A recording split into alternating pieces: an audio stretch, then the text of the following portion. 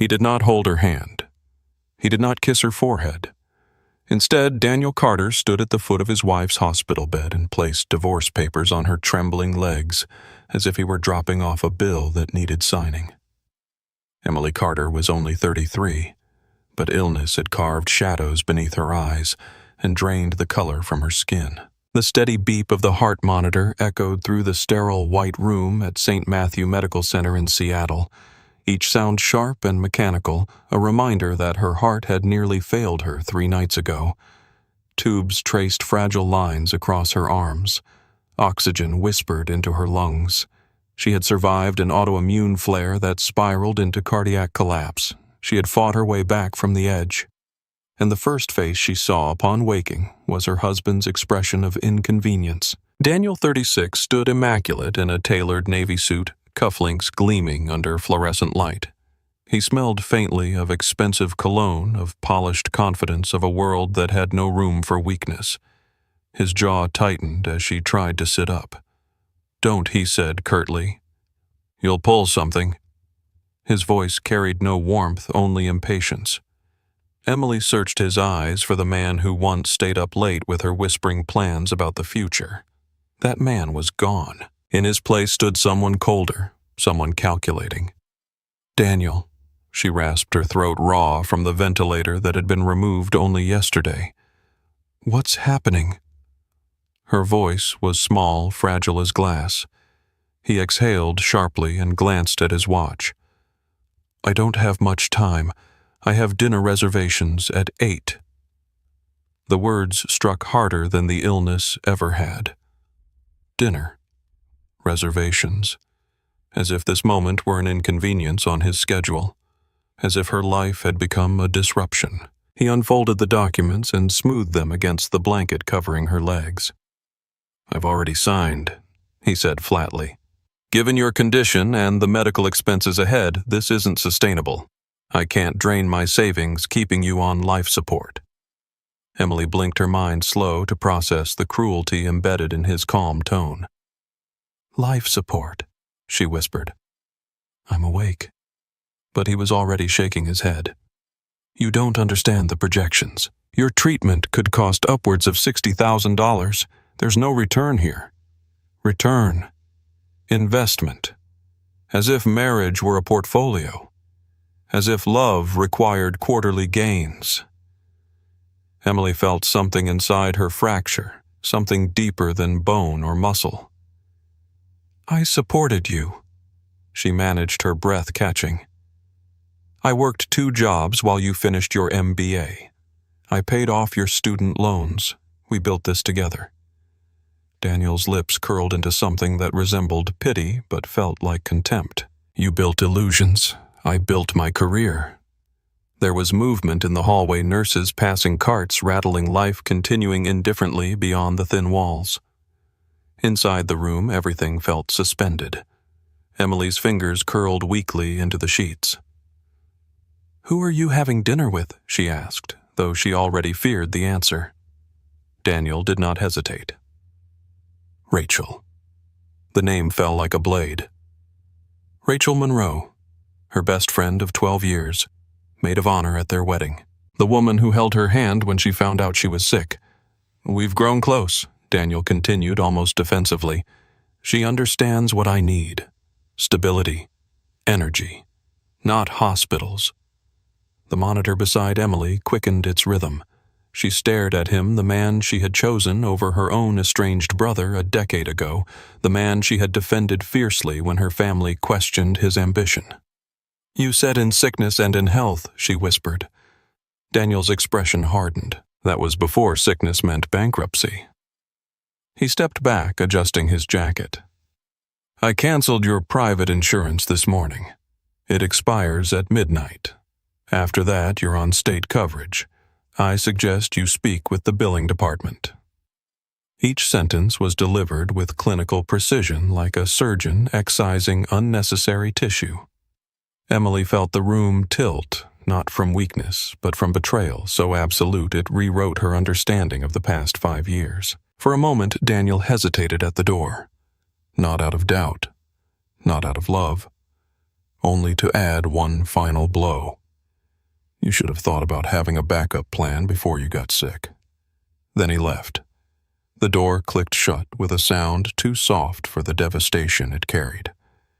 Emily lay back against the pillow, staring at the ceiling where the fluorescent lights hummed without mercy. Tears slid silently into her hairline. Outside, rain began to fall over Seattle, streaking the hospital windows in thin gray lines. Nurses would later whisper about the husband who walked away. Administrators would soon discuss deposits and discharge plans. But in that room, in that fragile, sterile silence, a woman everyone believed powerless lay abandoned. What Daniel did not know was that fate had already shifted its weight. What he saw as liability, others would soon recognize as strength. What he dismissed as weakness would become something far more dangerous. For now, Emily Carter looked small beneath white sheets and hospital wires. But storms often begin quietly, and this one was already forming. By the next morning, everything had changed. The private room with its quiet corner view of rain-soaked Seattle was no longer hers, and the nurse who once checked her vitals every hour now avoided her eyes as if sympathy itself had become expensive. The hospital administration had received notice of her insurance cancellation at exactly 12 midnight, and policies moved faster than compassion. Emily was transferred to a smaller shared room near the elevators, where the air smelled faintly of disinfectant and overcooked cafeteria food, and the constant ding of arrivals echoed like a countdown she could not escape. She lay there listening to the mechanical rhythm of hospital life continuing without pause, feeling the shift, not just in space, but in status. Before midnight, she had been a patient with coverage, a wife with stability, someone whose chart carried financial assurance. After midnight, she became a liability, a file number, a bed that needed to be justified in cost. A young nurse with kind eyes adjusted her blanket and whispered that she was sorry, but her apology felt thin against the weight of bureaucracy pressing down on Emily's chest. For the first time since waking, Emily felt something colder than betrayal settle into her bones: fear. 2 days passed in a blur of clipped conversations and administrative language that sounded like verdicts. A woman in a gray suit introduced herself as part of the hospital's financial services department and spoke with rehearsed softness about treatment options and payment plans. When Emily asked about the cardiac reconstruction surgery her doctors had mentioned, the woman cleared her throat and explained that under state coverage it was categorized as elective unless her condition deteriorated further. The required deposit was $60,000 payable by 10 in the morning. The following day, otherwise discharge papers would be processed and hospice care discussed. Hospice. The word floated in the air like smoke, quiet and suffocating. Emily felt her pulse spike against the monitor, the beeping quick and insistent, as if her body refused to accept the suggestion of surrender. She tried to sit up, dizziness rushing through her vision in a wash of gray, and the financial representative offered a sympathetic smile that did not reach her eyes. "We simply don't have the resources to extend uncompensated specialty care," she said gently, as though she were discussing room upgrades instead of a human heart that was slowly failing. After the woman left, silence filled the room except for the shuffling of her elderly roommate on the other side of the curtain. Emily stared at the ceiling, tracing invisible cracks in the paint, and allowed herself one moment of unfiltered truth. She had no savings. Daniel had handled their joint accounts, and she had trusted him without question. She had defended his ambition when her older brother once called him opportunistic. She had chosen Daniel over blood. And now she had no one. A memory surfaced uninvited. A heated argument 10 years earlier in a small Ohio kitchen, her brother Alexander, warning her that love without integrity collapses under pressure. She had called him arrogant and controlling, accused him of never believing in her choices. The fight ended with slammed doors and a silence that stretched across a decade. She had not seen him since their parents' funeral. She did not know where he lived now or what he had become. Pride had severed that connection long before illness did. That evening, the attending cardiologist visited briefly, his expression tight with professional restraint. He explained that without surgery, her arterial walls would continue to weaken and another cardiac event could be fatal. He did not say how soon, but the pause between his words carried the implication. Emily nodded as if absorbing a weather forecast rather than her own mortality, and when he left, she folded her hands over her chest, feeling the uneven rhythm beneath her palm. Her heart was still fighting. So was she. Outside the narrow window, Seattle's skyline blurred under persistent rain, city lights shimmering through water-streaked glass. Somewhere beyond those gray clouds, people were closing deals, laughing over dinners, building futures. In this room, stripped of insurance, stripped of marriage, stripped nearly of dignity, Emily Carter lay alone and faced a deadline that measured her life in dollars. What Daniel had dismissed as a bad investment was now being evaluated by a system that saw numbers before names. And yet, beneath the fear, beneath the ache, something stubborn remained. She was not ready to be discharged into silence. She was not ready to let her story end in a billing office. The hospital shifted the following morning, and even from her narrow bed beside the elevator corridor, Emily could feel it. Footsteps multiplied in the hall, hushed voices sharpened into urgent whispers, and nurses who had barely glanced at her chart now smoothed their uniforms and checked their reflections in passing windows. A rumor moved faster than the gurneys. A new chief of cardiovascular medicine had arrived unannounced, a man whose name alone carried weight in boardrooms and research labs across the country. They said he had built a medical technology empire from a single patent and recently acquired a controlling stake in St. Matthew Medical Center. They said he only operated on high-profile cases. They said he did not waste time. Emily did not care about rumors. She cared about the ticking clock toward 10 in the morning and the $60,000 she did not have. The fluorescent lights above her flickered faintly as the elevator doors opened and closed again and again, releasing administrators in dark suits who rarely walked this floor. Her roommate's curtain trembled with the draft of constant movement. Somewhere down the hall, a nurse murmured, "He's starting with the charity cases first." The words caught Emily's attention despite herself. Charity. It sounded almost ironic in a place where invoices arrived before empathy. The commotion stopped abruptly outside her room. A silence fell that felt intentional, curated. Then the curtain was drawn back without warning, and bright hallway light flooded her small space. 3 residents stood rigidly behind a tall man in a tailored charcoal suit beneath a pristine white coat. He did not glance at the monitors first. He did not study the chart clipped to the end of her bed. He looked directly at her. His presence was composed, power-contained, and controlled, the kind that did not need to announce itself. Dr. Alexander Hayes, one of the residents, whispered as though saying the name too loudly might alter gravity.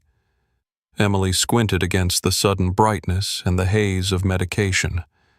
The man stepped closer, and she saw the sharp line of his jaw, the silver threaded lightly through dark hair, and then the detail that made the room tilt beneath her. A faint jagged scar above his left eyebrow, one she remembered from a childhood bicycle crash on a cracked Ohio sidewalk. Memory struck like lightning. Her breath caught painfully in her throat. "Alex," she whispered, disbelief breaking through weakness. The resident stiffened. Patience did not address Dr. Hayes by his first name, but the man did not correct her. For a moment, something flickered behind his steady gray eyes, something old and personal. He turned to the administrator, hovering nervously near the doorway. "Leave us," he said calmly, though the tone carried unmistakable command. The administrator began to protest about protocol, about pending discharge paperwork, but he cut her off with a single sentence. "I funded this wing. I am the protocol." Within seconds, the room emptied, the curtain falling back into place, sealing them inside a quiet charged with history. Emily stared at him, her pulse racing against the monitor in uneven bursts. The last time she had seen her brother, she was 23, furious and defiant, accusing him of arrogance because he questioned Daniel's intentions. He had left for Europe shortly after pursuing medical research with a relentless drive that bordered on obsession. They had not spoken since. Now he stood at her bedside, not as the protective older brother she once resented, but as a man whose name dominated medical journals and investment headlines. She had followed none of it. Pride had kept her ignorant. Alexander pulled a chair beside her bed and sat his gaze scanning the IV lines, the pallor of her skin, the tremor in her hands. "You look smaller," he said quietly, though the words carried no mockery, only contained anger. Emily swallowed shame rising hot against her illness. "You look successful," she managed, and even through exhaustion she sensed the understatement. He exhaled slowly, leaning back just enough for the light to catch the hospital badge that bore his adopted surname. Hayes. She had read about that name in passing headlines without ever realizing it belonged to her own blood. "Why didn't you call me?" he asked, and for the first time his composure thinned. The question was not accusatory but wounded. Emily's eyes filled before she could stop it. "I thought I chose right," she whispered. "I thought I didn't need anyone else." The monitor beeped steadily between them, marking each fragile second. Outside the curtain, hospital life resumed its rhythm, unaware that inside this small shared room a different balance of power had just shifted. Daniel had seen a liability. The hospital had seen an unpaid bill. But the man sitting beside her saw something else entirely, and for the first time since the divorce papers touched her blanket, Emily Carter was no longer alone. Alexander did not waste time with sentiment after that moment of recognition. The softness in his eyes hardened into focus, and the physician replaced the brother as he reached for her chart and began issuing quiet, precise orders through the open curtain. Within minutes, the atmosphere outside shifted again, no longer buzzing with gossip, but snapping into disciplined motion. Nurses, who had avoided Emily's gaze earlier, now moved with urgency, disconnecting monitors, adjusting IV lines, preparing transport. When the administrator returned with cautious protest about billing limitations, Alexander silenced her with a single glance and a signature that carried more weight than any policy manual. "Transfer her to the Blackwood suite," he said evenly. "Prepare an operating room for tomorrow morning. I will perform the surgery myself." Emily barely had time to process the words before she was wheeled down the corridor she had once feared would lead to hospice. The elevator doors opened not to the crowded charity floor, but to the top level of the hospital, where the lighting softened and the noise faded into hushed professionalism. The room she entered was expansive, lined with floor-to-ceiling windows overlooking the steel-gray sweep of Puget Sound. Fresh lilies stood in a crystal vase. Egyptian cotton sheets replaced thin hospital blankets. The transformation felt surreal, almost theatrical, and for a moment she wondered if fever had taken her mind. But Alexander stood at the foot of the bed, speaking with the surgical team, his tone controlled and absolute. This was not illusion. This was power exercised without apology. That evening, he returned alone carrying a tablet filled with test results and imaging scans glowing blue against the dimmed room. He explained the procedure in detail, his voice measured, never dramatizing the risks, yet never minimizing them. Her arterial walls had weakened significantly, and without immediate reconstruction, another cardiac episode was not hypothetical but imminent. "I built a synthetic valve system 5 years ago," he said quietly, almost clinically. "It has a 97% success rate in cases like yours." The numbers sounded like salvation disguised as science. Emily listened, absorbing not only the data, but the realization that the brother she had once dismissed as overprotective had become a man capable of reshaping medicine itself. When she asked how he had come to own part of the hospital, Alexander did not boast. He spoke of scholarships in Europe, of sleepless research nights, of patents filed and investors courted with relentless precision. $1 million had turned into 10 into 100, until his biotech firm expanded beyond laboratories into entire healthcare networks. He had not sought wealth for spectacle, but for leverage that now rested quietly in the palm of his hand. "Money is not the point," he said, though the truth in his voice carried undeniable steel. "Control is." Emily understood then that Daniel had miscalculated in more ways than one. The woman he left for financial convenience had never truly been without backing. The surgery began at 6 in the morning under lights so bright they erased shadows. For 13 hours, Alexander operated with a concentration that bordered on ferocity, his gloved hands steady, his instructions crisp. Outside the operating room, administrators who once calculated discharge schedules now monitored updates with anxious respect. When he finally stepped out, removing his mask, exhaustion lined his features, but his eyes held quiet victory. "She's stable," he said simply. 2 words. Absolute.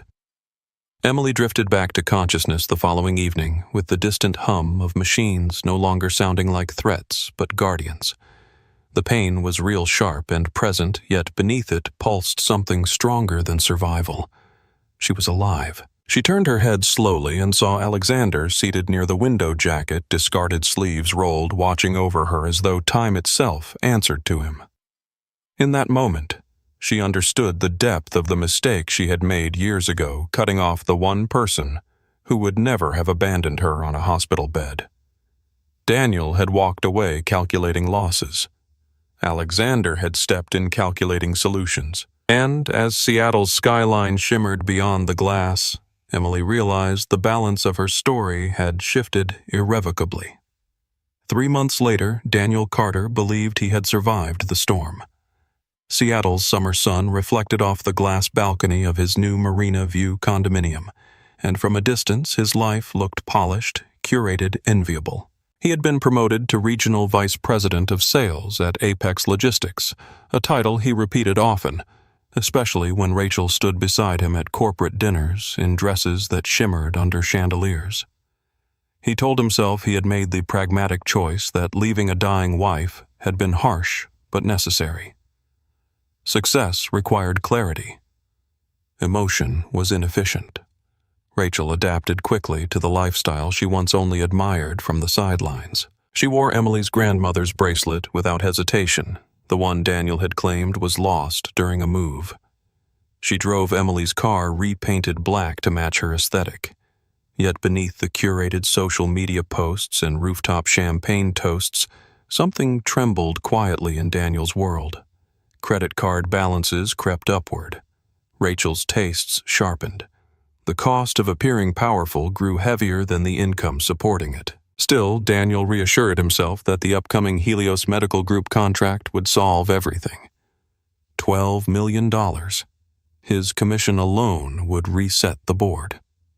What Daniel did not know was that Apex Logistics had been quietly acquired 2 weeks earlier through a holding firm whose ownership trail disappeared behind layers of strategic discretion. The official announcement described new leadership focused on ethical restructuring. Daniel skimmed the email, irritated by the language, but confident in his indispensability. He had been padding expense reports for years, burying personal trips under client development, funneling money through shell vendors registered under variations of his initials. Everyone did it. It was part of the game. He believed himself too valuable to audit. On the opposite end of the city, inside a private office overlooking Elliott Bay, Alexander Hayes reviewed a different set of projections. Across the desk sat Emily, no longer pale beneath hospital lights, but composed in a tailored navy suit that sharpened her once gentle features into something formidable. Recovery had not softened her. It had refined her. Physical therapy had rebuilt her strength. Nutritionists had restored color to her skin.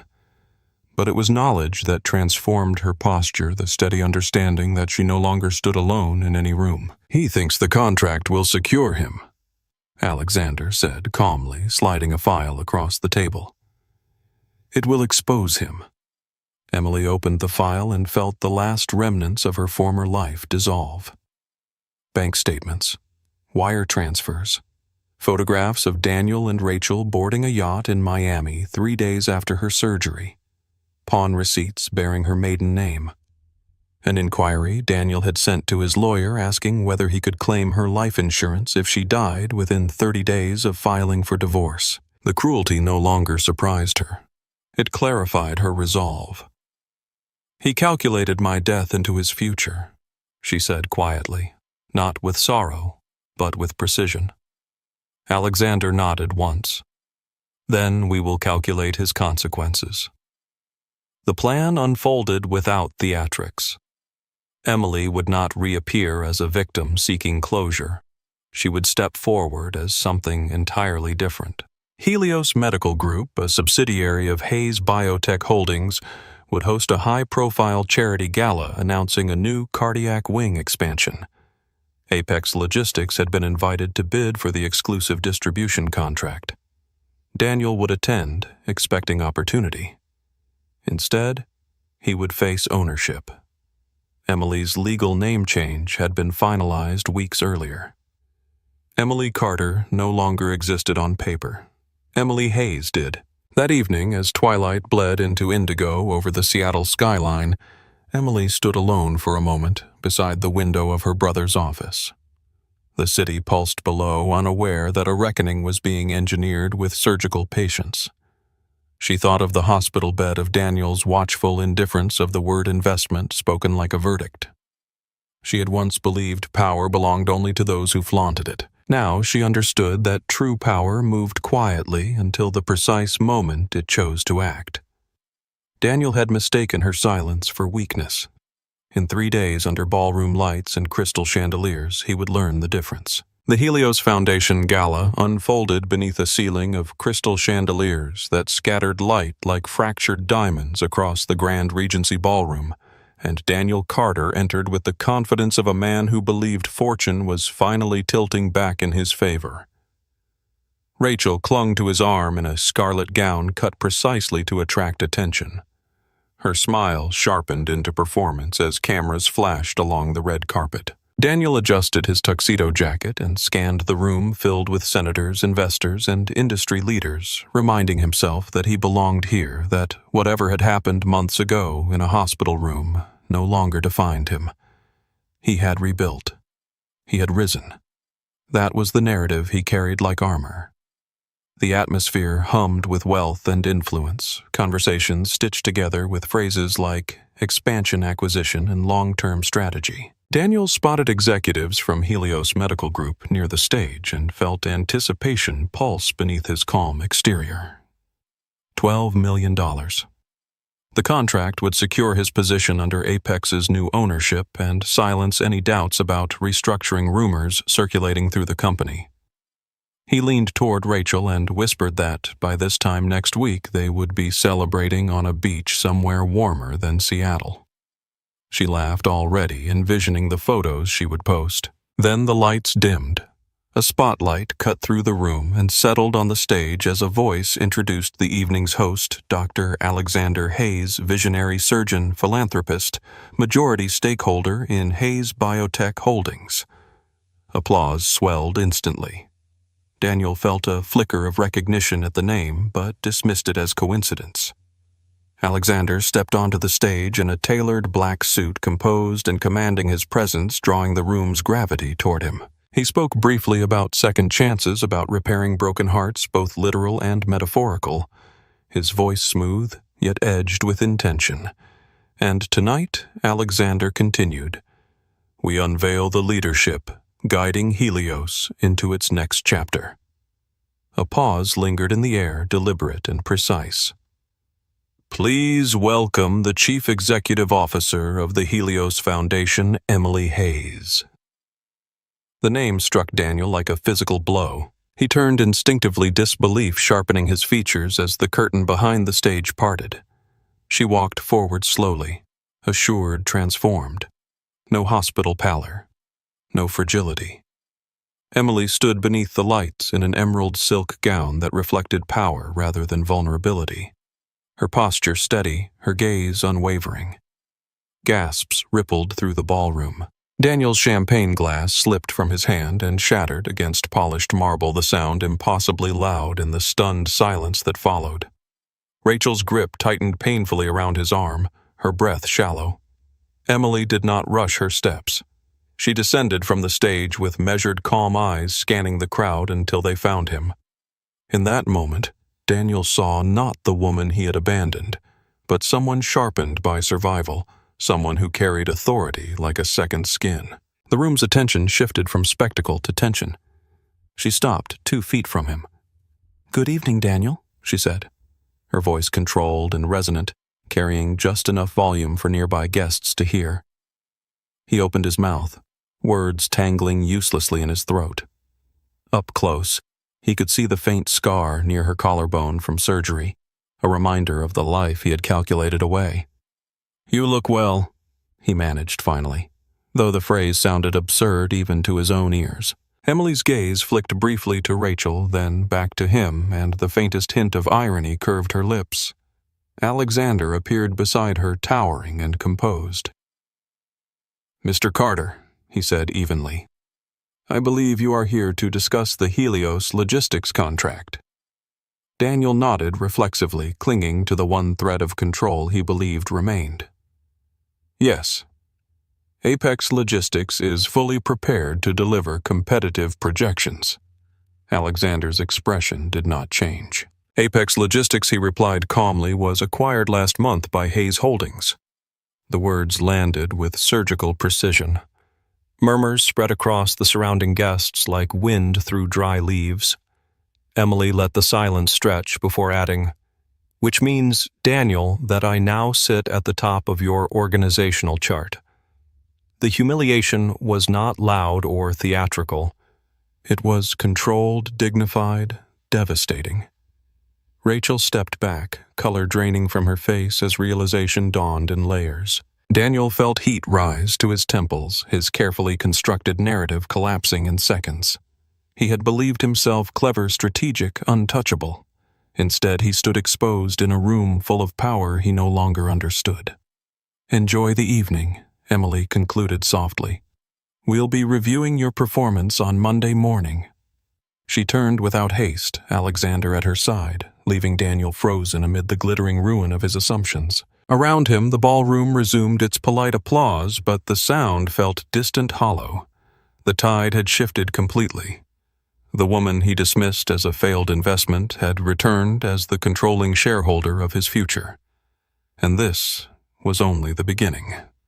Monday morning arrived under a low gray sky that pressed heavily against the glass towers of downtown Seattle, and Daniel Carter walked into Apex Logistics with a rehearsed confidence that no longer convinced even himself. He had spent the entire weekend constructing explanations, persuading himself that Emily's reappearance had been emotional theater rather than strategic precision.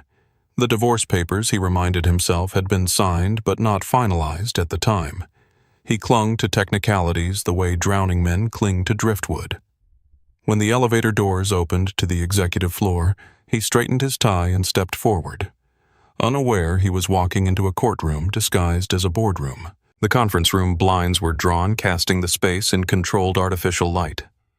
At the head of the long mahogany table sat Emily Hayes in a navy-tailored suit, her posture unyielding, her expression composed into something colder than anger. Alexander occupied the seat to her right, silent and observant, while 2 corporate attorneys and a forensic accountant arranged documents in neat accusatory stacks. Daniel's eyes darted once toward the corner where Rachel sat on a chair that looked deliberately smaller than the rest. Her mascara smudged her confidence gone. A tightness gripped his chest that had nothing to do with illness. "Please sit, Mr. Carter," Emily said evenly, her voice carrying neither bitterness nor warmth. The title struck him harder than any insult. He lowered himself into the chair opposite her, forcing a strained smile. "Emily, we don't need this kind of formality," he began, attempting charm as instinct. She did not blink. "This is formal," she replied quietly. "It is a formal review of your conduct under Hayes Holdings." The word holdings lingered in the air, a reminder that the foundation beneath his career had already shifted ownership. Gavin Reed, the lead attorney, slid a bound report across the table. Over the past 24 months, he began his tone clinical.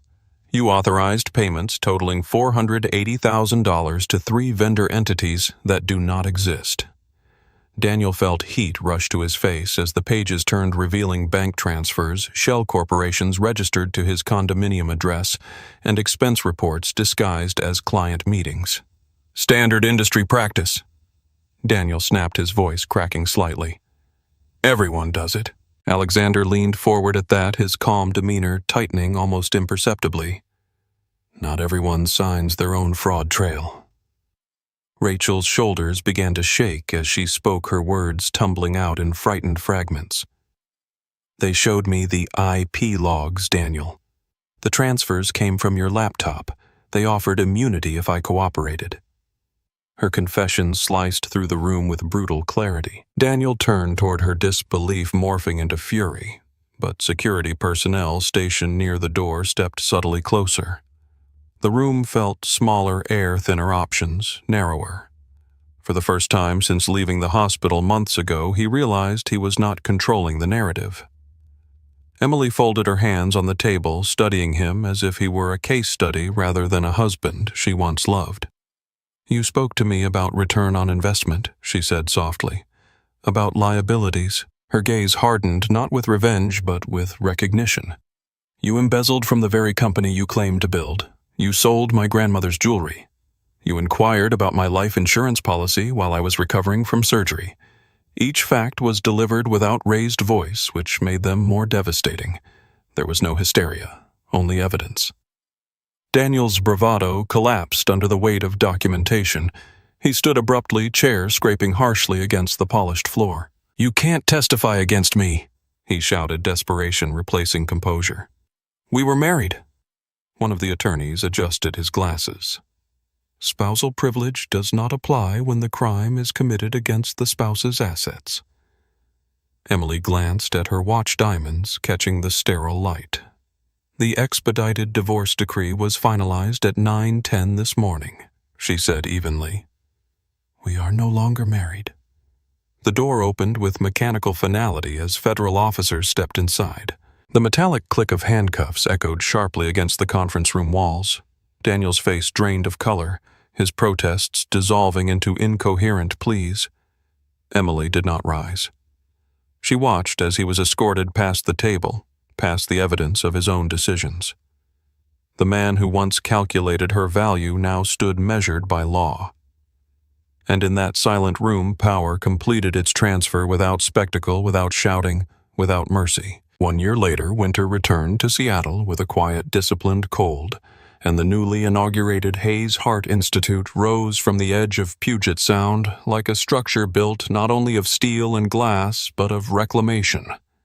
Snow dusted the wide steps leading to its entrance, melting slowly under radiant heat panels, designed so no patient would slip on arrival. Inside, sunlight filtered through tall windows onto living walls of greenery, softening the hum of advanced cardiac equipment. The institute did not resemble the sterile corridors where Emily had once been measured by insurance status and discharge deadlines. It was deliberate, intentional, human. Emily Hayes moved through the atrium in a tailored charcoal coat, her heels clicking softly against polished stone.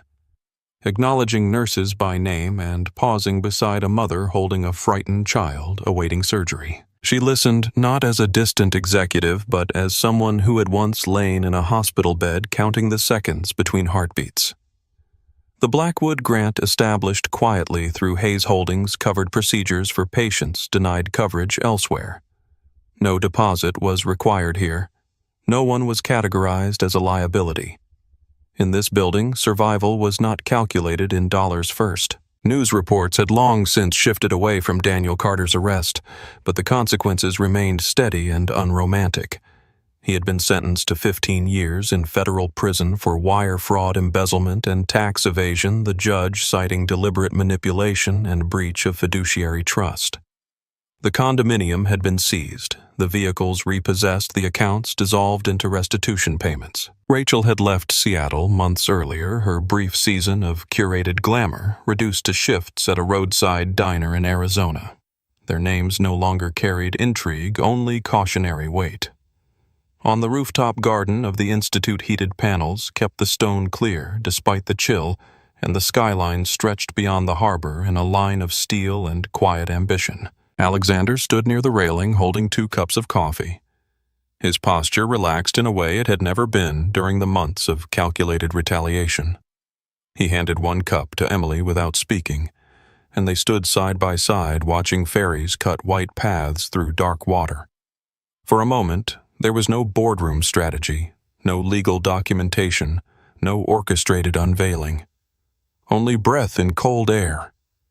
He wrote letters. At first, Alexander said finally, his tone neutral. Appeals. Accusations. Claims of misunderstanding. Emily did not ask for details. She had learned that closure did not arrive in envelopes. And now she asked quietly. Alexander exhaled slowly. Now he tells other inmates he once ran a company he no longer recognizes. There was no triumph in his voice, only finality. Power, when exercised fully, often leaves little room for spectacle afterward. Emily wrapped her hands around the warm cup and looked out over the city that had once felt indifferent to her suffering. She no longer felt anger when she thought of the hospital room, the divorce papers, the word investment delivered without mercy. She felt distance perspective, a clarity born from having nearly disappeared and choosing instead to rise. Daniel had believed her value could be measured in projected returns. The system had briefly agreed. Yet here she stood overseeing a facility saving lives without first checking credit scores. He did not end my life, she said softly, more to the wind than to her brother. He forced me to see its scale. Alexander glanced at her, understanding without need for elaboration. Below them, ambulances arrived and departed in efficient rhythm, carrying strangers who would never know the personal history woven into the foundation beneath their feet. The glass doors slid open and closed, sealing warmth inside against the winter air. Emily turned back toward the building, toward responsibility rather than revenge, and stepped inside. The storm that had begun quietly in a hospital room had not destroyed her. It had revealed her. And in the steady hum of machines designed to repair failing hearts, she found not vindication, but purpose. Stories like Emily Hayes's are not just dramatic narratives about betrayal and revenge. They reflect a deeper psychological truth about power, resilience, and human value. From a behavioral perspective, Daniel made the classic strategic error of evaluating worth only through immediate returns, ignoring long-term potential and emotional capital. Experts in leadership and human performance often emphasize that the greatest transformations occur at rock bottom when identity is rebuilt under pressure. Emily was underestimated because she appeared fragile, yet her real strength came from character support and the ability to rise when everything was stripped away. That is the real lesson here. Never measure people at their lowest moment because resilience compounds faster than wealth. If this story resonated with you, consider supporting the channel with a like and subscribe, so more stories about justice, growth, and unexpected comebacks can reach others who may need them. And before you go, drop a short comment below with 2 words: Rise Strong.